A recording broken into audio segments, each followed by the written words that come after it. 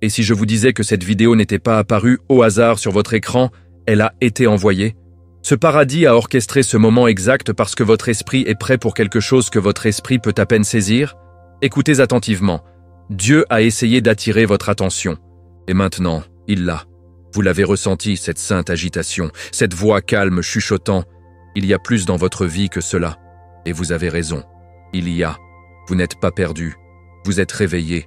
L'anxiété, la confusion, les portes fermées, elles ne sont pas une punition. Ils sont la préparation. Et si vous restez avec moi via ce message, vous découvrirez la raison exacte pour laquelle tout ce que vous avez vécu n'a jamais été aléatoire. Cette vidéo est votre signe, votre tournant, l'interruption divine pour laquelle vous priez sans le savoir. Parce que la vérité est, votre esprit s'aligne sur une réalité que Dieu a écrite bien avant votre naissance. Et si vous vous éloignez maintenant, vous pouvez manquer le mot qui déverrouille votre prochaine saison. Alors ne faites pas défiler, ne devinez pas. Parce que ce qui est sur le point de révéler pourrait tout changer, votre état d'esprit, votre mission et même votre identité en Jésus-Christ. Si votre cœur bat en cours, c'est la confirmation. Vous êtes appelé à quelque chose de plus haut, et à la fin de cette vidéo, vous saurez exactement ce que vous devez faire ensuite. Et pourquoi Dieu vous a choisi pour un moment comme celui-ci. Il y a des moments où la vie semble nous entraîner dans des endroits inattendus, des moments que nous n'avons pas choisis, des chemins que nous n'avons pas prévus. Mais que se passe-t-il si rien n'est aléatoire? Et si vous regardez cela maintenant parce que Dieu lui-même l'a orchestré? Dans la Bible, Proverbe 16:9 dit « Le cœur d'un homme se plaît à son chemin, mais le Seigneur dirige ses pas. » Ce n'est pas seulement poétique, c'est prophétique. Vous n'êtes pas ici par accident. Ce moment est l'alignement divin.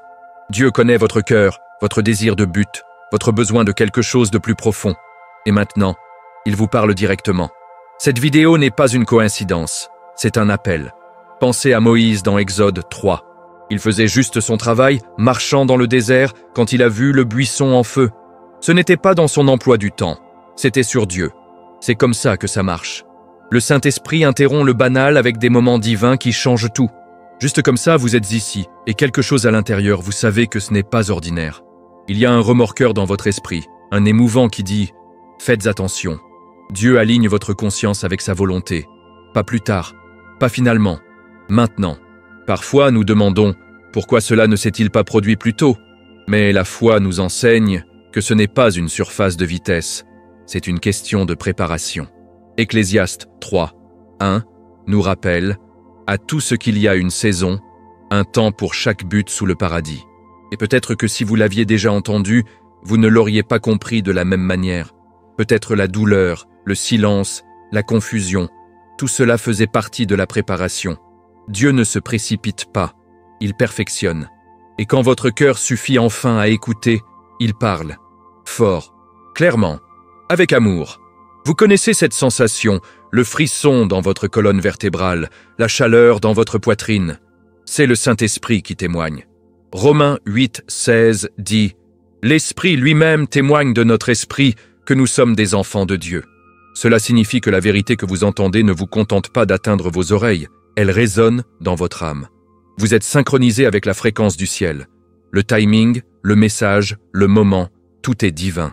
Et lorsque le timing divin entre en collision avec un cœur volontaire, la percée commence. Donc, avant d'aller de l'avant, laissez cette vérité s'imprégner. Dieu vous voit. Il ne vous a pas oublié. Et ceci, ce moment même, est sacré. C'est une graine plantée dans votre esprit qui deviendra quelque chose de puissant. Vous avez été aligné exprès, à des fins. Maintenant, parlons de cette sensation profonde en vous, qui remuant se murmure. Il y a plus dans la vie que ça. Il y a une sorte d'agitation qui ne vous laisse pas tranquille. C'est subtil, mais persistant. Un malaise sacré qui murmure. Vous n'êtes pas fait pour cette version de la vie dans laquelle vous vous êtes installé. Au fond, vous l'avez senti. Ce sentiment rongeant qu'il y a quelque chose de plus, quelque chose de plus grand, attendant juste au-delà de ce que vos yeux peuvent voir. Cette agitation n'est pas une rébellion, c'est la révélation. C'est Dieu qui tape sur la porte de votre esprit en disant « Réveillez-vous, en élu.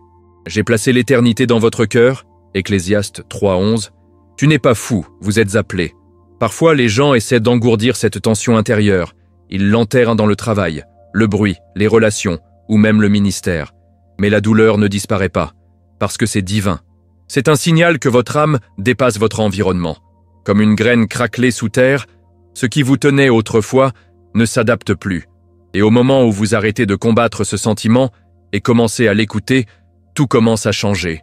C'est là que la vraie foi commence à respirer.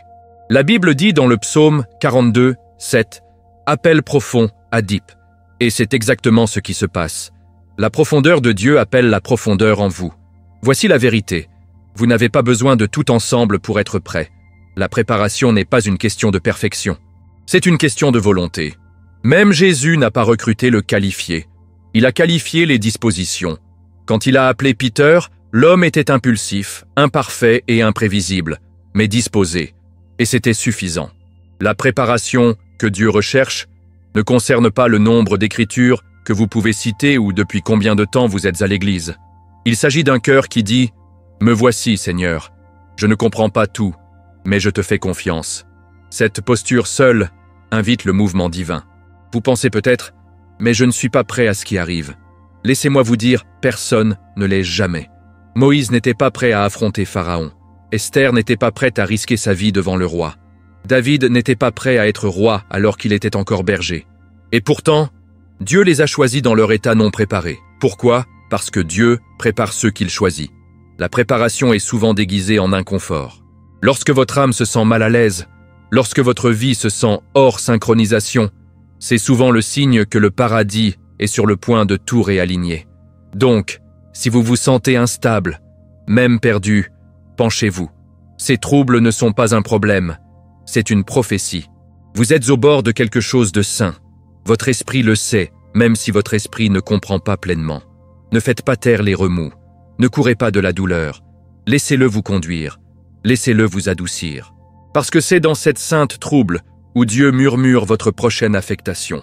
Et maintenant, avec votre cœur craqué juste assez, explorons la vérité sur le pouvoir caché à l'intérieur de votre croyance. Il y a quelque chose en vous qui a été tranquillement brûlé, même lorsque le monde a essayé de l'étouffer. Ce n'est pas de l'arrogance. Ce n'est pas une illusion. C'est une étincelle placée par Dieu qui refuse de mourir. Cette étincelle est votre preuve. Votre preuve que vous étiez destiné à quelque chose de plus grand. C'est la partie de vous qui n'a jamais abandonné, même lorsque vous en aviez toutes les raisons. Romains 12, 3 dit que Dieu a donné à chacun de nous une mesure de la foi. Et cette mesure, c'est ce qui vous a permis de respirer à travers les pannes, en espérant à travers le désespoir, debout, lorsque tout le monde s'attendait à ce que vous tombiez. Cette étincelle est sacrée. Trop souvent, les gens attendent de se sentir prêts avant de croire en eux-mêmes. Mais la croyance n'attend pas la certitude, elle choisit le courage. La femme, avec la question du sang dans la Marc 5, n'attendait pas l'approbation. Elle a rampé à travers une foule, a tendu la main et a touché la robe de Jésus, parce qu'elle croyait que même une petite touche pourrait entraîner une guérison totale. C'est ce dont votre étincelle est capable. Ce murmure intérieur dit « réessayez » ou « n'abandonnez pas encore ». Ce n'est pas seulement la résilience, c'est un feu sacré. C'est Dieu lui-même vous exhortant vers l'avant, déclenchant la foi dans des endroits où la logique a abandonné. Vous voyez, saisir votre objectif ne nécessite pas d'avoir un inferno de foi flamboyant. Cela prend juste un scintillement. Jésus a dit dans Matthieu 17, 20 que la foi de la taille d'une graine de moutarde peut déplacer les montagnes. Il n'a pas dit que vous aviez tout compris, juste assez de foi pour croire qu'il le pouvait. C'est le début des miracles, c'est là que les destinations naissent. Et l'ennemi le sait, c'est pourquoi il attaque votre croyance, pas votre beauté, pas votre talent, mais votre croyance. Parce que s'il peut tuer votre foi, il peut paralyser votre avenir. Mais toi, vous avez toujours une étincelle, et cela change tout. Soyons honnêtes. La vie a essayé de vous convaincre que vos rêves sont stupides, que votre appel est trop grand, que vous êtes peut-être trop. Mais voici la vérité. Le feu à l'intérieur vous fait peur aux gens qui se sont installés pour moins. Et devinez quoi ? Ce n'est pas votre problème. Vous n'êtes pas né pour vous adapter. Vous êtes né pour enflammer les autres.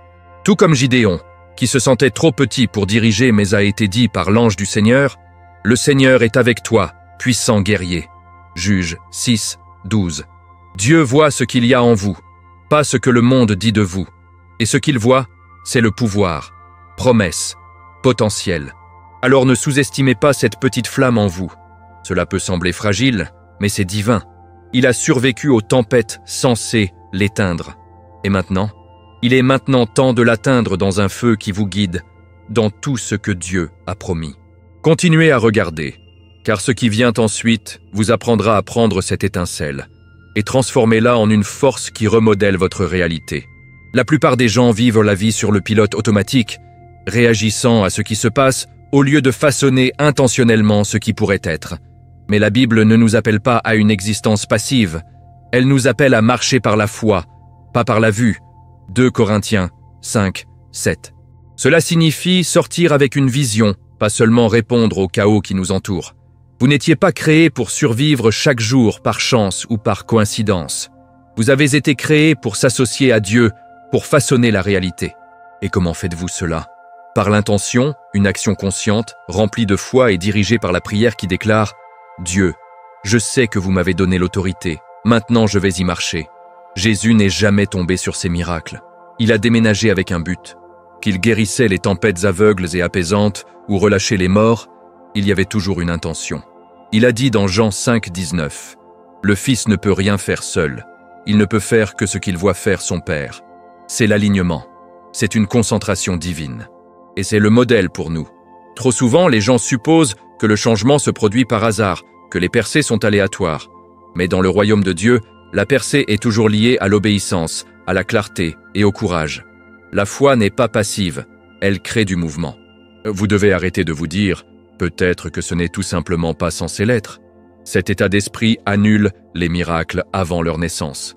Dieu a dit dans Habakkuk 2, « Écrivez la vision, rendez-vous clairement ». Ce n'est pas seulement une belle citation, c'est une stratégie divine. Lorsque vous vivez avec intention, vous déclarez que votre vie n'est pas une erreur, c'est une mission. Chaque choix que vous faites, chaque frontière que vous fixez, chaque oui et non devient un sol sacré. Vous commencez à devenir le genre de personne qui ne prie pas seulement pour les portes ouvertes. Vous vous dirigez vers eux avec audace, vous attendant à ce qu'ils se balancent largement. Et quand il semble que rien ne change, ce n'est pas le moment de quitter, c'est le moment de recentrer. Demandez-vous, où suis-je en train de placer mon énergie? Suis-je en train de construire avec peur ou avec la foi? La Bible nous enseigne dans Jacques 2, 17 que la foi sans œuvre est morte. Cela signifie que vos intentions doivent être soutenues par des actions. Parler la vie ne suffit pas. Vous devez vivre comme ce que vous croyez être déjà manifestant. C'est là que commence la transformation. Le royaume répond à la concentration. Le paradis soutient ceux qui se déplacent avec clarté, pas de confusion. Et la clarté commence par savoir qui vous êtes en Jésus-Christ. Voici donc l'invitation. Arrêtez d'attendre que votre vie change, comme par magie. Arrêtez de prier pour des miracles, tout en vivant dans l'hésitation.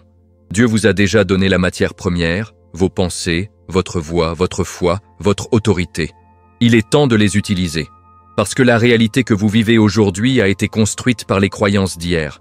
Et la réalité dans laquelle vous entrerez demain, il est façonné en ce moment par chaque mot que vous dites, chaque pas que vous faites, et toutes les intentions que vous vous alignez sur la volonté de Dieu. Et maintenant, explorons comment la façon dont vous pensez peut changer complètement ce que vous attirez. Et si les miracles que vous attendaient en fait pour changer votre état d'esprit. Dans le royaume de Dieu, la foi ne consiste pas seulement à croire en lui, il s'agit aussi de séquer et voir comment il vous voit. Proverbe 23, 7 déclare « Comme un homme pense dans son cœur, lui aussi ». Cela signifie que votre vie monte ou tombe au niveau de votre pensée. Un esprit vaincu attirera toujours des résultats vaincus. Mais un esprit renouvelé, saturé dans les promesses de Dieu, devient magnétique au miracle. L'état d'esprit n'est pas duvet. C'est le cadre qui détermine si vous voyez des portes fermées ou des détours divins. La vérité est que vos attentes façonnent votre réalité. Lorsque vous vous attendez à rien, vous obtenez exactement cela. Mais quand vous marchez avec des attentes audacieuses et saintes, enracinées dans la foi, pas la fantaisie, le ciel répond. C'est pourquoi Jésus a constamment dit « Selon votre foi, laissez-le vous faire ». Matthieu 9, 29. Il n'a pas dit « selon votre perfection ». Il a dit la foi, parce que l'état d'esprit ne concerne pas la difficulté. Il s'agit de croire qu'avec Dieu, rien n'est impossible. Lorsque votre dialogue intérieur s'aligne avec la vérité biblique, même les géants commencent à paraître petits. Il est facile de repérer quelqu'un vivant par peur. Ils répètent leurs limites, ils prévoient le rejet et se préparent à déception. Mais ceux qui marchent par la foi commencent à voir des portes ouvertes où les autres ne voient que des murs. Ils parlent la vie, ils portent de la joie et surtout, ils attirent des opportunités divines. Ce n'est pas magique, c'est l'alignement. Lorsque vos pensées s'attardent sur l'abondance de Dieu, votre cœur devient un aimant pour sa disposition. Philippiens 4:8 nous exhorte à réfléchir à ce qui est pur, charmant et louable.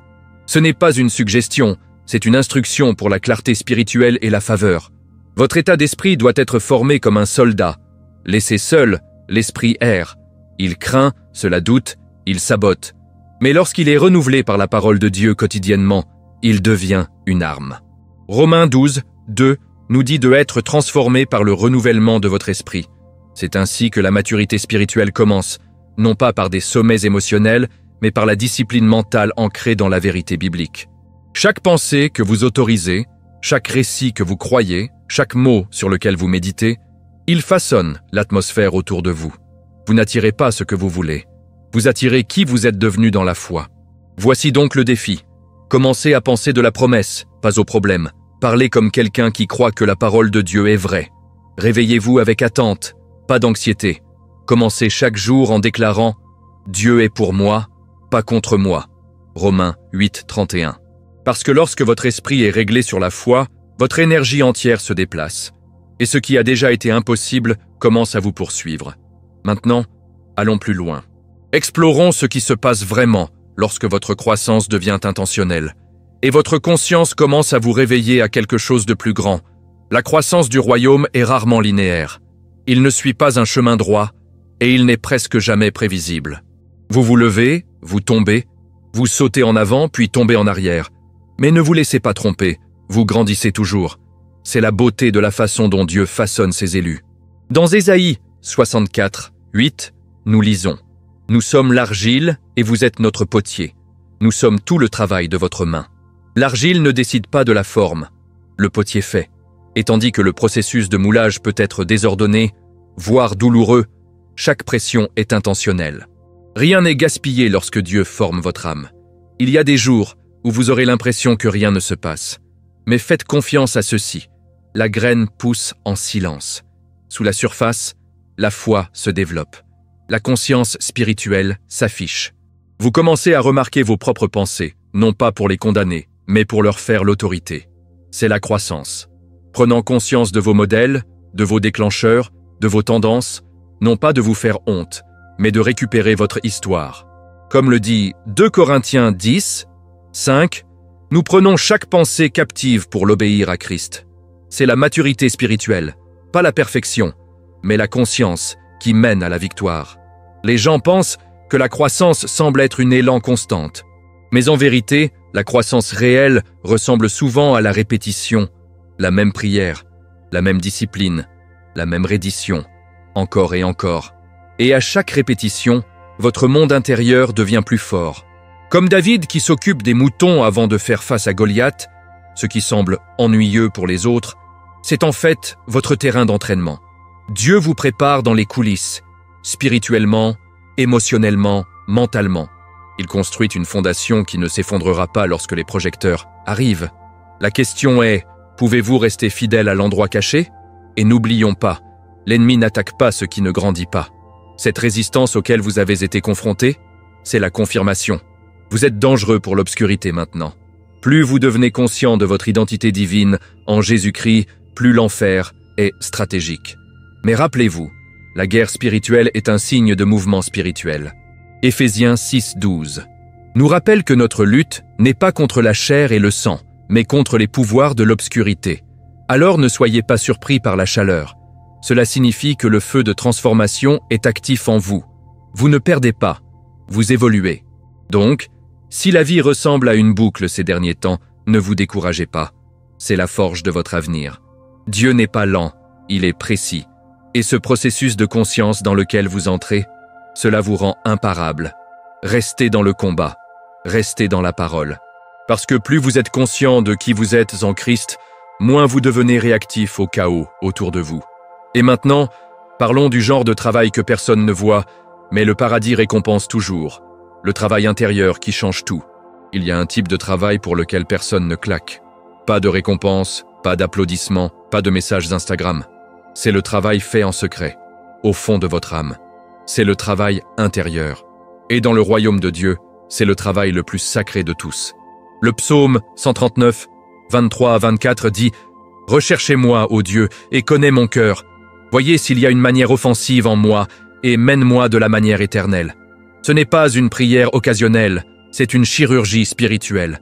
Vous demandez à Dieu de révéler, d'affiner et de réaligner tout caché. Parce que la transformation commence toujours sous la surface. Beaucoup de gens poursuivent la validation externe, l'approbation de la famille, des adeptes, même des chefs d'église. Mais Jésus n'a pas été ému par la louange humaine. Dans Jean 5, 41, il a dit « Je n'accepte pas la gloire des êtres humains. » Pourquoi ? Parce qu'il était ancré dans la voie du Père. C'est là que la vraie confiance naît, non pas sous les applaudissements, mais dans l'intimité.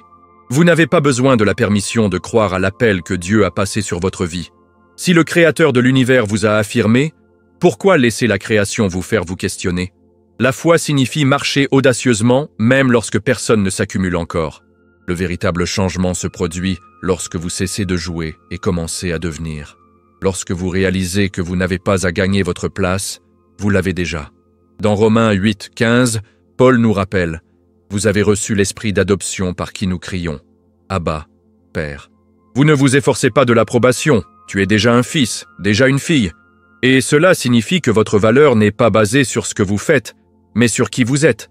L'œuvre intérieure consiste à permettre de fausses identités, de guérir les vieilles blessures et de permettre à Dieu de réécrire le script que vous vivez. Oui, c'est inconfortable. Regarder à l'intérieur est beaucoup plus difficile que de publier une écriture ou de chanter une chanson d'adoration. Mais c'est aussi là que vit le pouvoir. Vous commencez à faire face à vos insécurités, non pas avec honte, mais avec les Écritures. Vous commencez à nommer vos peurs et à y répondre avec la vérité. Vous apprenez à vous parler comme Jésus vous parle, avec grâce, autorité et amour inébranlable. C'est l'auto-validation, pas l'ego, mais l'alignement. Pas d'auto-assistance, mais de guérison dirigée par l'esprit. C'est ce qui vous rend résilient, enraciné et rayonnant dans un monde accro au succès au niveau de la surface. Donc, la prochaine fois que vous serez tenté de chercher à l'extérieur pour la validation, faites une pause. Cherchez, puis regardez à l'intérieur. Vous n'êtes pas en retard, vous devenez. Et plus vous vous présentez pour vous-même, plus vous vous rendrez compte que le simple fait de se tenir debout aujourd'hui était une victoire. Dieu voit vos efforts. Le paradis honore votre guérison. Et maintenant, avec votre esprit nettoyé et votre âme s'est stabilisée, il est temps de parler encore de quelque chose de plus profond. Le courage de faire confiance et de libérer ce qui ne sert plus votre vocation divine. Il arrive un moment dans chaque voyage de l'élu où la foi ne consiste plus à croire pour les choses. Il s'agit de faire confiance quand les choses n'ont pas de sens. C'est la couche plus profonde de reddition. Il ne s'agit pas d'obtenir ce que vous avez demandé. Il s'agit de libérer la nécessité de contrôler comment et quand Dieu bouge. Proverbe 3, 5, 6 nous dit clairement « Faites confiance au Seigneur de tout votre cœur et ne vous appuyez pas sur votre propre compréhension. » Ce n'est pas une suggestion, c'est un guide de survie spirituelle. Parce que le contrôle est épuisant, mais la confiance est libératrice. Et lâcher prise n'est pas une faiblesse, c'est la sagesse. L'une des vérités les plus difficiles à embrasser est que certaines choses doivent s'effondrer pour que les bonnes choses puissent se réunir. Lâcher les personnes, les titres, les versions de vous-même que vous avez dépassées, ça fait mal. Mais dans Jean 15, 2, Jésus dit que chaque branche qui porte ses fruits doit être taillée pour porter plus de fruits. Pas punie, taillée. Il y a une différence. Dieu n'essaie pas de vous briser, il essaie de vous bénir. Mais parfois, cette bénédiction nécessite une libération sainte. Un détachement douloureux de ce qui ne s'aligne plus sur l'endroit où il vous mène. Et oui, il faut du confiance pour le laisser couper ce qui semble familier. La confiance signifie suivre le murmure du Saint-Esprit, même lorsque la logique crie. Cela signifie obéir même lorsque le résultat n'est pas clair. Abraham ne savait pas où il allait, mais il est allé. Hébreux 11, 8. C'est une vraie confiance. Pas lorsque le chemin est pavé, mais quand il est caché. Et parfois, Dieu ne vous donnera pas les détails, car les détails peuvent devenir des distractions. Il veut votre cœur, pas votre analyse. Votre reddition, pas vos feuilles de calcul. parce que la vraie foi est forgée dans le feu de l'incertitude, et c'est là que celles choisies sont affinées. Mais lâcher prise ne consiste pas seulement à publier des circonstances, il s'agit de libérer de vieux récits sur vous-même. Je ne suis pas assez bon, je gâche toujours ça. Personne ne me voit. Ce ne sont pas des faits, ce sont des mensonges. Se trouve l'ennemi planté dans des moments de douleur. Et maintenant, Dieu vous appelle à les déraciner. 2 Corinthiens 5,17 déclare « Si quelqu'un est en Christ, c'est une nouvelle création. L'ancien est parti, le nouveau est ici. Vous ne pouvez pas embrasser votre nouvelle vie tout en traînant une identité obsolète. Lâchez, vous n'êtes pas qui vous étiez, et vous n'êtes pas ce qu'ils vous ont fait. Voici donc l'invitation. Faites plus confiance à Dieu que vous ne faites confiance à votre peur. Faites confiance à son timing, à son élagage, à son processus. Lâchez la version de votre vie qui ne s'aligne plus avec ses promesses. Vous n'avez pas apporté ce que Dieu vous a déjà appelé à libérer. Votre liberté est de l'autre côté de la reddition. Et maintenant que vos mains sont ouvertes et que votre cœur est doux, parlons de la façon de changer toute votre atmosphère, en apprenant à maîtriser votre concentration et votre intention. Là où va votre attention, votre vie coule. Ce n'est pas seulement une phrase accrocheuse, c'est une loi spirituelle. La Bible le dit de cette façon dans Matthieu 6, 22-23, « L'œil est la lampe du corps. Si vos yeux sont en bonne santé, tout votre corps sera plein de lumière. » L'accent est plus qu'un simple effort mental. C'est l'alignement spirituel. Lorsque vous fixez vos yeux sur ce qui est saint, pur et promis, votre vie entière commence à changer. Vous commencez à attirer ce qui correspond à votre regard. La lumière sur laquelle vous vous concentrez devient la lumière dans laquelle vous marchez. Et dans un monde plein de distractions, ce niveau de clarté est le pouvoir divin. La plupart des gens ne réalisent pas que leur vie est le reflet de ce sur quoi ils se concentrent constamment. Si vous méditez constamment sur la peur, le manque, la trahison, vous le verrez partout. Mais si vous méditez sur les promesses de Dieu, sur sa fidélité, sur votre identité en Jésus-Christ, votre énergie change. Vous commencez à parler différemment, attendez-vous différemment et marchez avec une audace silencieuse qui confond l'ennemi. C'est pourquoi Joshua 1, 8 dit de méditer sur le mot jour et nuit, car il forme votre esprit à se concentrer, pas à tressaillir, et la mise au point crée de l'élan. Cela devient un aimant pour le miraculeux. Voici le secret, vous vous manifestez déjà, chaque jour. Mais que manifestez-vous? Si votre objectif est dispersé, vos résultats le seront également. C'est pourquoi l'ennemi n'a pas besoin de vous détruire, il a juste besoin de vous distraire, parce qu'il sait qu'un croyant ciblé est imparable.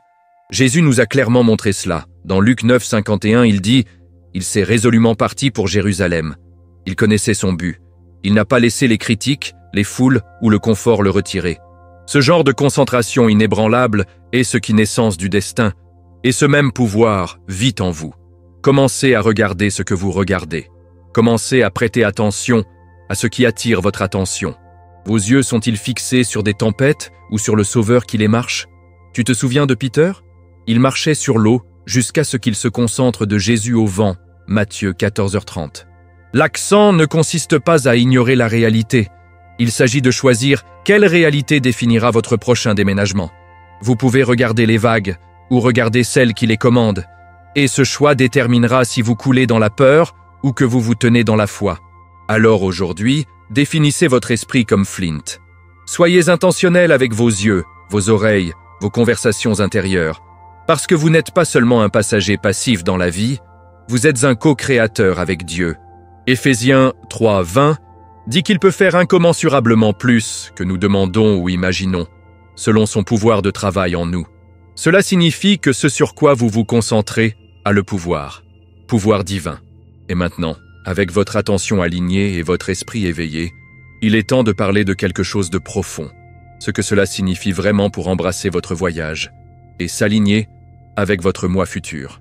Tout ce que vous avez traversé, les erreurs, les chagrins, les retards, n'était pas vain. Pas une seule larme n'a été gaspillée. Dans Romains 8, 28, on nous a promis que Dieu travaille toutes choses ensemble pour le bien de ceux qui l'aiment et sont appelés selon son but. Cela signifie que votre histoire, même les parties dont vous ne parlez pas, est utilisée pour façonner votre avenir. Les moments qui ressemblaient à des détours étaient en fait des terrains d'entraînement. La douleur a préparé votre compassion. Le silence a approfondi votre sensibilité à la voix de Dieu. Le désordre a construit le message. Trop souvent, les gens croient qu'ils ont raté leur moment. Mais le calendrier de Dieu est rédempteur. Il ne se contente pas de restaurer le temps perdu, il le multiplie. Joël 2, 25 déclare « Je vais vous restaurer les années que les sauterelles ont mangées. Vous n'avez rien manqué. Vous êtes alignés. L'avenir dont vous rêvez n'est pas loin. C'est déjà à l'intérieur de vous, attendant d'être activé par la croyance, l'obéissance et la remise. La version de vous-même qui marche dans le but, la paix et le pouvoir n'est pas un fantasme. C'est une réalité divine que le ciel a déjà vue. Et maintenant, il est temps que vous le voyiez aussi. Mais vous ne pouvez pas entrer dans votre avenir en tenant la main du passé. Il doit venir un moment où vous honorez le voyage, mais arrêtez de répéter l'ancien chapitre.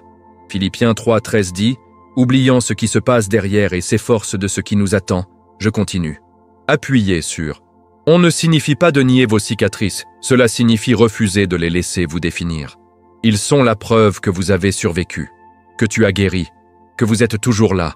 Et si vous êtes toujours là, cela signifie que votre avenir détient toujours des rendez-vous divins.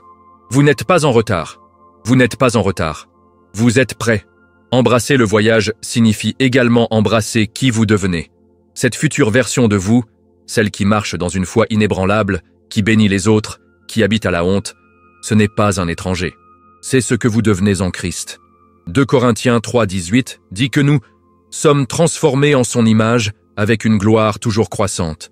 La transformation n'est pas instantanée, c'est intentionnel. C'est le choix, chaque jour, de répondre différemment. Pour parler la vie, pardonner plus vite, croire plus grand. Et chaque décision vous rapproche du futur que Dieu voit déjà. Alors une pause un instant et respire cela. Rien n'a été gaspillé. Chaque vallée, chaque montagne, chaque calme entre les deux, tout faisait partie de la préparation. Vous êtes venu plus loin que vous ne le pensez, et ce qui vous attend est plus grand que vous ne pouvez l'imaginer. Embrassez le voyage, honorez les cicatrices. Et maintenant, avec votre foi enracinée et votre vision levée, parlons de ce qui se passe lorsque vous revendiquiez pleinement la dignité que Dieu ait déjà écrite dans votre identité. L'une des révélations les plus puissantes que vous recevrez est la suivante. Vous n'avez pas à gagner ce que Dieu vous a déjà donné. La dignité n'est pas une récompense de la performance, c'est votre héritage en tant qu'enfant de Dieu. Éphésiens 2, 8, 9 montre clairement. Car c'est par grâce que vous avez été sauvés par la foi, et ce n'est pas de vous-même, c'est le don de Dieu, pas par des œuvres, afin que personne ne puisse se vanter. Vous ne prouvez pas votre valeur à travers l'agitation, par la perfection ou par les gens qui plaisent. Vous recevez votre valeur par la foi, par Jésus-Christ, qui a payé le prix le plus élevé pour vous déclarer précieux. Ce monde vous dit constamment que vous n'êtes pas suffisant. Pas assez intelligent, pas assez joli, pas assez réussi. Mais la croix de Jésus retourne ce script. Il crie « Vous valez la peine de mourir ».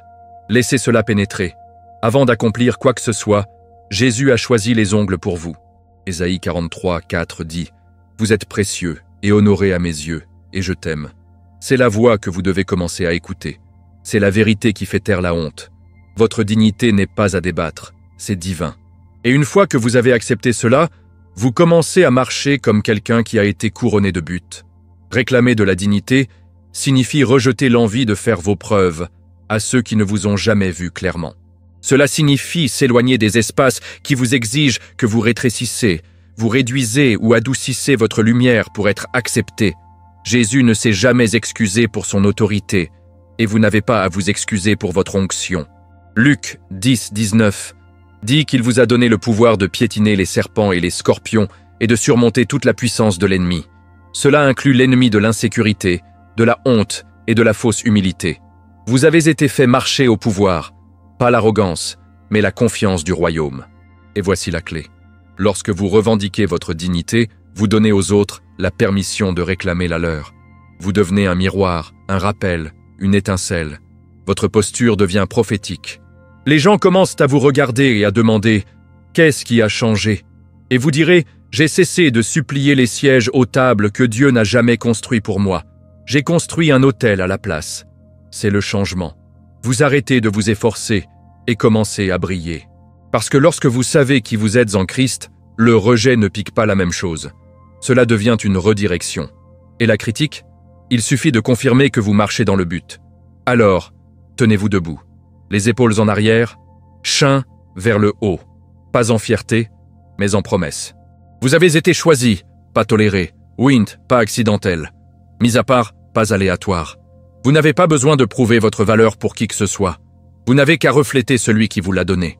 Et maintenant que vous marchez dans la plénitude de qui vous êtes, parlons de la façon de passer dans la vie que votre futur moi a déjà vue. Une vie de vision, de foi et de mouvement vers l'avant. Fermez les yeux un instant et imaginez la version de vous qui est pleinement alignée sur le dessein de Dieu. À quoi ressemble-t-il? Comment parle-t-il? Marche, prie, dirige, aime-t-il? Cette version de vous n'est pas un fantasme. C'est un plan planté dans votre esprit par Dieu. Jérémie 29, 11 nous rappelle « Car je connais les plans que j'ai pour vous, prévois de vous prospérer et de ne pas vous nuire, prévois de vous donner de l'espoir et un avenir. » Cet avenir existe déjà dans l'esprit de Dieu. Votre travail ne consiste pas à l'inventer, c'est pour s'aligner avec elle, étape par étape, par la foi. Le défi est le suivant. Nous nous identifions souvent davantage à qui nous avons été que pour qui nous devenons. Mais Romains 6, 4 nous appelle à marcher dans la nouveauté de la vie. Cela signifie que vous n'êtes pas lié par votre passé. Vous êtes invité à avancer dans une version de vous-même plus audacieuse, plus sage, plus libre. Votre futur moi a pardonné ce que vous vous accrochez. Votre futur moi est sorti lorsque vous avez hésité. Votre futur moi a déjà survécu à ce dont vous avez peur. La question est donc, quand allez-vous rattraper qui vous êtes vraiment en Christ? La Bible est remplie d'exemples de personnes entrant dans leurs identités futures avant de se sentir prêtes. David était King tout en sentant encore comme des moutons. Esther a été couronnée reine avant de savoir qu'elle a été appelée pour sauver une nation. Dieu n'attend pas la perfection. Il active le destin sous forme brute. Et lorsque vous commencez à apparaître comme cette future version, même si vous vous sentez non qualifié, le paradis commence à réorganiser les choses en votre faveur. L'accélération divine est déverrouillée par un brave alignement. Vous ne le truquez pas avant de le faire. Vous le ferez jusqu'à ce que vous le deviez. Alors, comment commencez-vous? Vous parlez ce que le paradis dit de vous, même lorsque votre réalité n'a pas encore rattrapé. Vous priez des prières audacieuses. Vous faites de petits pas avec la confiance surnaturelle. Vous désencombrez votre vie des personnes, des pensées et des modèles qui ne s'alignent plus avec votre appel. Les Colossiens 3, 2 nous exhortent à mettre nos esprits sur les choses ci-dessus. C'est ainsi que vous changez. C'est ainsi que vous correspondez à votre énergie avec la réalité que Dieu a pour vous. Vous commencez chaque jour en déclarant « Je deviens qui voit déjà le ciel ». Cette déclaration devient votre boussole. Et maintenant que vous êtes aligné dans la foi, éveillé dans l'identité et prêt à bouger, comprenez ceci. Vous n'attendiez jamais Dieu. Il t'attendait, en attendant que vous croyiez pour vous préparer à marcher comme si la promesse était déjà tenue. L'avenir n'est pas loin, ça frappe déjà. Et maintenant, explorons la vérité finale et la plus sacrée, que vous n'étiez jamais censé gagner votre couronne, mais pour la reconnaître et la hausse. Vous avez marché dans la vie comme un serviteur, mais le ciel vous considère comme une royauté. Cette tension que vous avez ressentie, comme s'il y avait quelque chose de plus grand, vous tirez dessus, c'est parce que vous avez été couronné par Dieu, même si vous ne l'avez pas encore reconnu. Apocalypse 1, 6 dit qu'à travers Jésus-Christ, il a fait de nous des rois et des prêtres à son Dieu et à son Père. Cela signifie que votre autorité n'est pas future, c'est maintenant. La couronne n'est pas quelque chose que vous gagnez, c'est quelque chose que vous vous réveillez. Et au moment où vous réalisez qui vous êtes en Dieu, vous commencez à vous transporter différemment, avec dignité, vision et domination. La plus grande arme de l'ennemi est la tromperie. S'il peut vous convaincre que vous êtes ordinaire, il peut vous faire vivre sous votre droit d'aînesse. C'est pourquoi il attaque votre identité, pas vos biens. Il sait qu'une fois que vous avez reconnu la couronne que vous portez déjà, vous arrêterez de mendier des restes et commencerez à déclarer des promesses. C'est pourquoi Romains 8, 17 est si puissant. Si nous sommes des enfants, alors nous sommes héritiers, héritiers de Dieu et co-héritiers avec Christ. Vous n'êtes pas en deuxième classe dans le royaume. Vous êtes royal. Et vous devez commencer à penser, à bouger et à prier comme ça. Reconnaître votre couronne ne signifie pas que prétendre la vie est parfait. Cela signifie connaître votre autorité même dans le chaos. Cela signifie que vous priez avec le pouvoir même lorsque votre voix tremble. Cela signifie que vous aimez comme la royauté, de l'abondance, pas pour l'attention. Cela signifie que vous servez les autres sans se rétrécir. Jésus, le roi des rois, les pieds lavés. C'est la royauté du royaume, suffisamment confiante pour servir, suffisamment sécurisée pour diriger. Votre couronne n'est pas bruyante, c'est saint. Il ne s'agit pas d'être au-dessus des gens, il s'agit d'être aligné avec le paradis en marchant entre eux.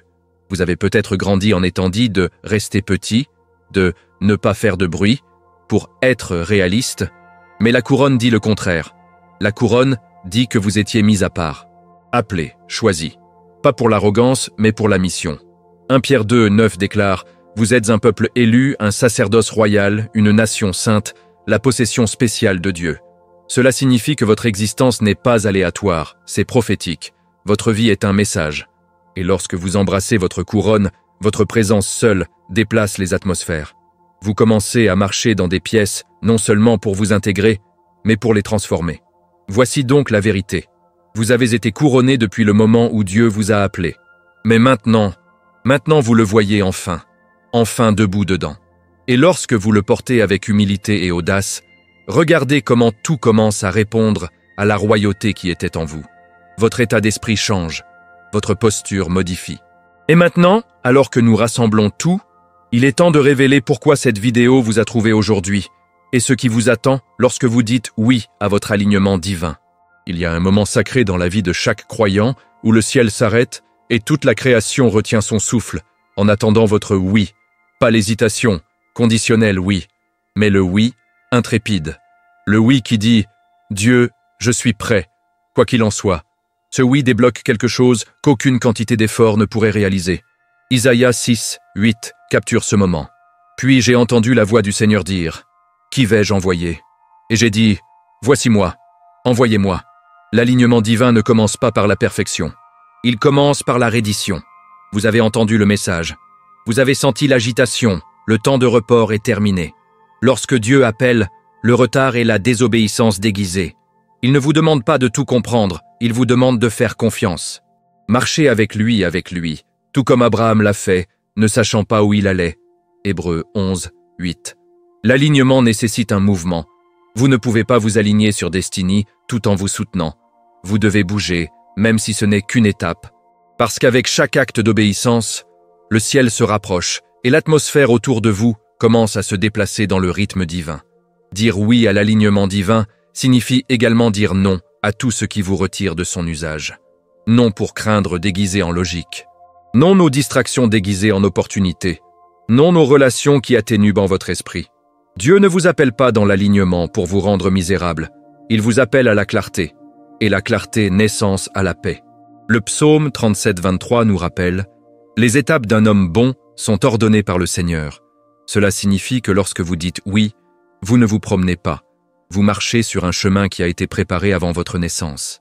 Il y a quelque chose de puissant qui se produit lorsque votre esprit s'aligne sur le plan du ciel. Les portes fermées commencent à avoir un sens. Les retards révèlent leur objectif.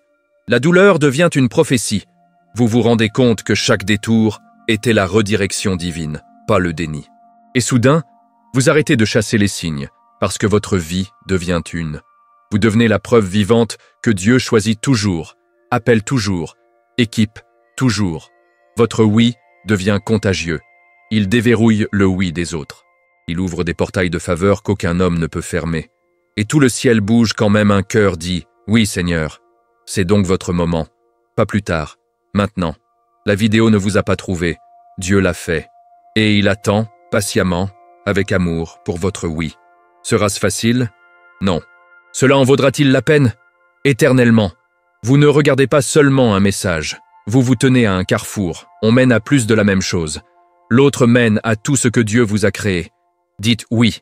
Dites-le trembler. Dites-le en désordre. Dites-le peur. Mais dis-le. Parce que quand vous le faites, le ciel change et votre vraie vie, celle écrite en gloire, commence enfin. Maintenant que vous avez tout entendu, je dois vous demander quelque chose d'honnête. Quelle partie de ce message semblait que Dieu vous parlait directement? Déposez-le dans les commentaires. Je veux savoir. Votre histoire pourrait être le signe que quelqu'un d'autre attend désespérément. Si ce mot a allumé quelque chose dans votre esprit, ne le gardez pas pour vous. Partagez-le. Envoyez-le à quelqu'un qui s'est senti perdu, distrait ou éloigné de Dieu. quelqu'un qui a besoin de se rappeler qu'ils ont été choisis, couronnés et appelés. Et bon, assurez-vous de vous abonner et d'allumer les notifications, car la prochaine vidéo que j'ai préparée vous emmènera encore plus profondément dans votre affectation divine. Croyez-moi, vous ne voulez pas manquer ce qui va suivre. Je suis José, et je serai ici avec vous, guider, encourager et vous rappeler que vous n'étiez jamais ordinaire. Vous étiez toujours oint.